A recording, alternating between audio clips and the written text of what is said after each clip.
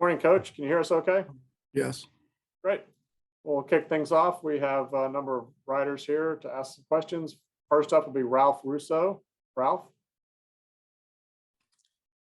Hey, Todd. I wanted to tap into a little of your past experience in college and the NFL. When you joined Georgia, is part of the allure being able to work with so many guys who are sort of potential to be future NFL players? I mean, you've worked at many different levels. I'm wondering if being drawn back to Georgia, part of that was, hey, this is where all the best and future NFL players go. Well, I think you hit it on the head. I think you want to be at a place where you have no barriers to success. And that starts with being able to get great football players, working with a great staff, an elite academic institution, and being right down the road from Atlanta. So when you're recruiting, players and their families, we check all the boxes. So you want to be a place where you check all the boxes. And that was University of Georgia. Next will be Steve Croner. Steve?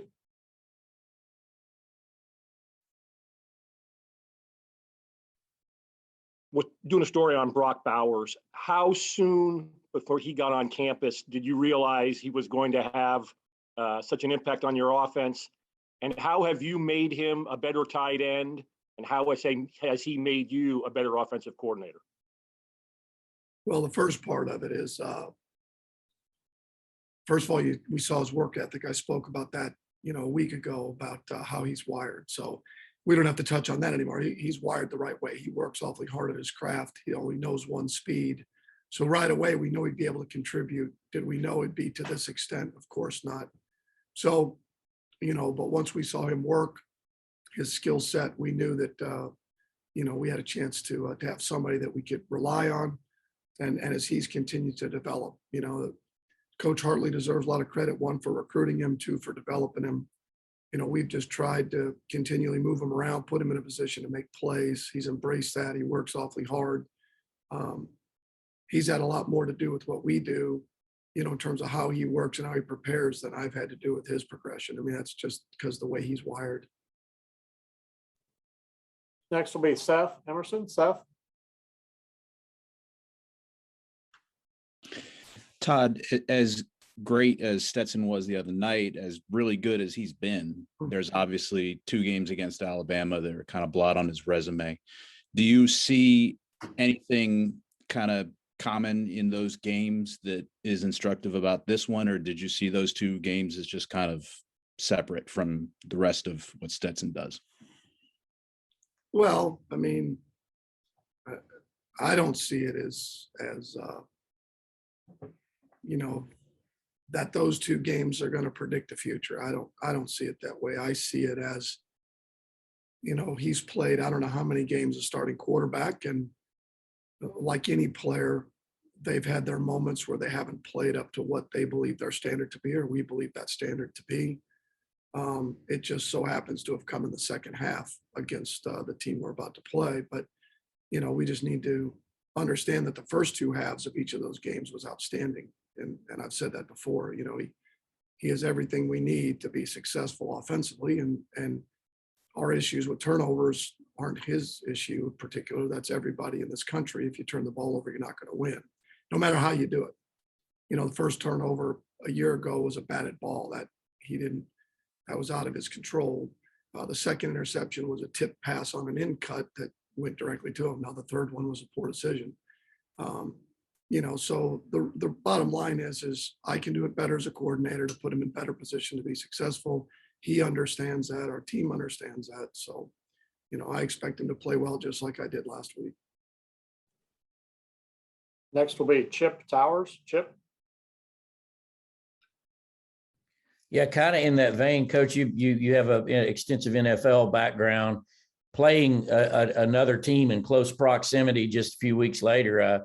Tell me a little bit about the decisions on what to change, what to do different, what to keep the same, and maybe have the same things seem different and that kind of stuff. Seems pretty complicated.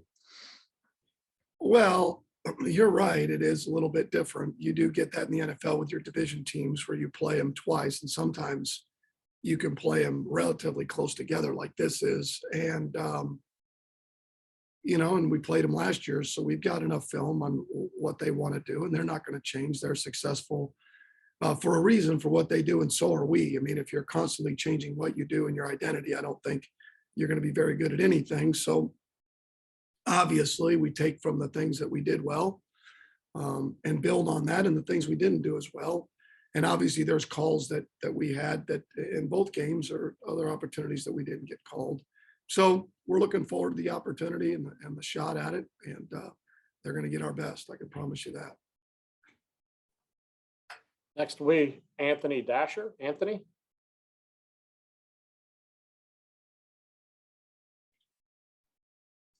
Hey, Todd.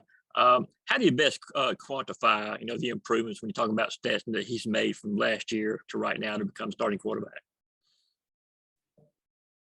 Well, I think he's obviously second year in the system, being around us as a coaching staff. What we do offensively, I think, is big.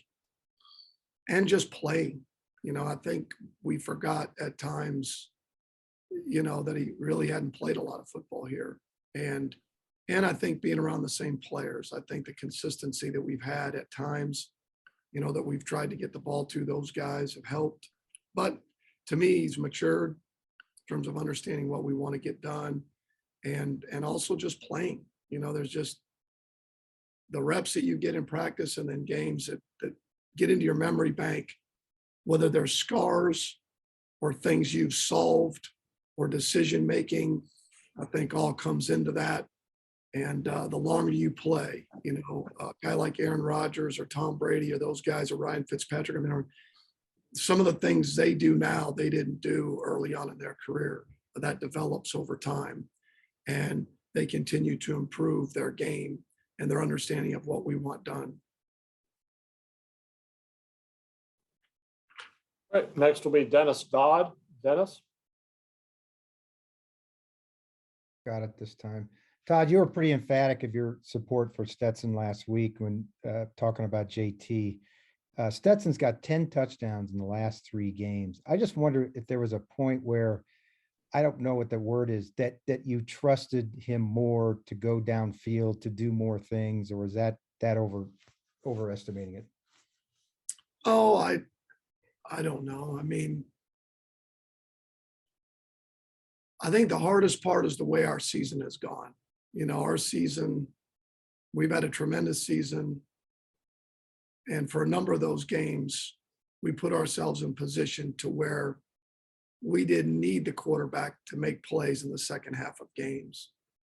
So people could look at that and say, well, why didn't you take the opportunity to continue to get more reps or get other quarterbacks opportunities? Not in my mind. My mind was to win that one game in particular and get off the field without, injuries. And so that's probably the hardest part when you try to look at, throwing the ball down the field in terms of the opportunity. Our defense played so well. And so I think that's probably a little unfair that we didn't trust him to throw it down the field. It was just a matter of opportunities, I think, is more than anything, because the way the games went. Next we'll hear from Mark Schleybaugh. Mark?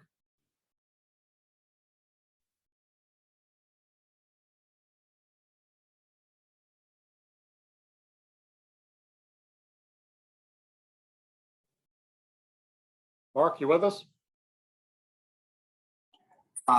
You talked about Georgia checking all the boxes in terms of resources and recruiting area and facilities and everything else. Were you aware that they hadn't won a title since 1980 when you got there? How much have you heard about it, and what would it mean to end that?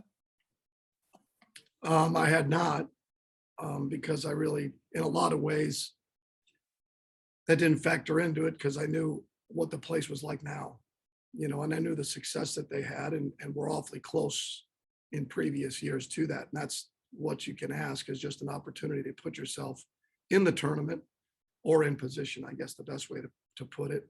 So I just knew that the opportunity to get really good players, lead academic institution, Atlanta being right down the road, unbelievable support. And I think that's where you want to be. Next will be Matt Baker. Matt? Hey, Todd, I'm with the Tampa Bay Times. So I wanted to ask you about your time with the Buccaneers. I'm sure you've learned something every stop you've been at. What about your time with the Bucs has kind of helped you become a better coach at this level? Well, first of all, I loved my time at Tampa, the 3 years I was there, working for a close friend and mentor, Dirk Cutter, who gave me an opportunity to come back to the NFL as an offensive coordinator. We still have a place down there, but the organization was first class. The Glazers treated me with unbelievable respect. The front office, was tremendous. What I remember is, unfortunately, we just didn't get it done. We didn't win enough games, but really enjoyed the players. We had a great nucleus of players. I learned a lot in terms of how hard it is to win in the NFL. And I shouldn't say I learned that. I knew that anyways, but it's hard, to win in the NFL. And but the bottom line is we didn't win enough games, but the relationships that I had with everybody as part of the organization and the coaches and the players was unbelievable. Next will be Mark Weiser. Mark?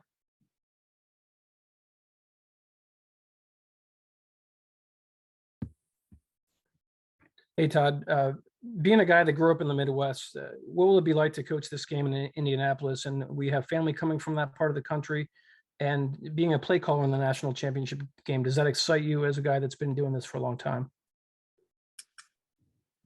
Well, I don't miss the cold, so that part of it doesn't overly excite me. Thank God the game's indoors, so that doesn't factor into that. Sure, it's always nice to be close enough where family can come to the game and see us play, and but we obviously don't control that.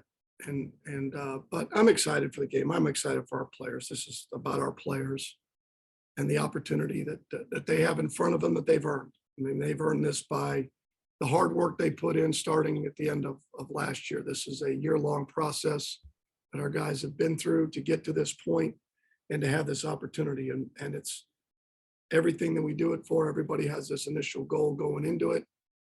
And our guys have worked incredibly hard to get to this point and have trusted in the message that we've sent. And they've carried that out for the most part throughout the year. So I'm excited to see them play this doesn't come around very often, this opportunity to win a championship. So I think our guys are excited. We've started off the week the right way, and we'll see. Next will be Mike Rodak. Mike? Just on Brock Bowers, how do you approach, Alabama playing the second time now and trying to stay a step ahead of them, presumably with them trying to stop him after the impact he had in the first game? Oh, I don't know. I mean, we'd be guessing. We'd be guessing at certain things they would do to stop a particular player. We've got film from the last few years of them playing some really, really good players. You go back to, playing LSU a couple of years ago with the receivers they had in Joe Burrow, and they did a couple of things to try and change that up a little bit. But the reality is they're good because they do what they do. Sure, do they understand an opponent's really, really good players and what you want to do schematically? Of course. But they knew that going into last game. Obviously, he had a number of catches, but they knew that going into last game. So we don't anticipate a heck of a lot different, just maybe in terms of, where he's located or, different calls based on formation sets and what we do to get him the ball. But outside of that, to think that they're going to line up two guys over him and double team him it would be a stretch. Next will be Mike Griffith. Mike? Hey, Coach. Obviously, we see you operating at the 10,000-foot view from the press box, but on the sidelines, we see JT engaging Stetson, and we hear Kirby talking about the quarterback room. I think you've mentioned it. How important is that, and as far as the in-game adjustments for those quarterbacks to communicate? Well, I think any communication can be a positive or a negative, depending on how it's presented and what you're telling a player. It can be a positive or negative for me. It can be a positive or negative from any interaction you give the quarterback, from a confidence standpoint, from an awareness standpoint, from what you're expecting to see or what you've seen. So all of that's a plus. I think JT's going to do a great job in a very tough situation of embracing that part of it and doing everything he can to help Stetson and us in game prep and being ready should the opportunity arise. And Stetson has done the same even when he wasn't playing. So I do think that, you know, those guys staying involved in the game and the information that we give them is critically important throughout a game. All right, our next question is from Zach Klein. Zach? Coach, in your years of major college football and the NFL, where would you rank Will Anderson's ability to wreak havoc on opposing offenses and cause problems in preparation? Well, you certainly want to know where he is. It's not just from a pass rush standpoint. You know, he does a really good job of, you know, if you get into the zone read game where he tries to hit you at the junction point, you know, and try to disrupt from the open side. So, and he plays with relentless effort. I think he has a tremendous skill set. They do a good job of moving him around, and, you know, he plays with relentless effort. Those are all, you know, good signs of a player that you've always got to be aware of where he's at and the matchups that you have. And like any team, they're no different, just like with him, just like last week, you got to be careful of getting yourself into a drop back passing game all the time and putting yourself at risk. All right, Coach, thank you very much for your time today. We look forward to seeing you in Indianapolis. Thank you.